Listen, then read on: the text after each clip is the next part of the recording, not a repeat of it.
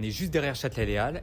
Et alors Sylvie, racontez-nous ce qui se passe depuis 1 an, chiffre d'affaires en baisse à cause des toxicomanes. Depuis les JO, toute l'équipe, toute la bande de la Porte de la Chapelle a été délocalisée dans le souterrain des Halles, qui est énorme. Il y avait 400 personnes. Il y avait une fabrique de crack dans ce tunnel qui a été démantelée, mais c'est des dizaines. Hier, ils étaient 20, ils se battaient devant ma boutique. On est estomaqués. Mon chiffre d'affaires, en 1 an, a baissé de 24%.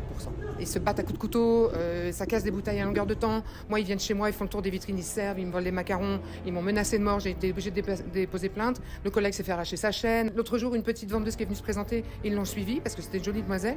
Elle était choquée, elle m'a dit non, je ne viendrai pas travailler chez vous parce que j'ai peur. Et je la comprends.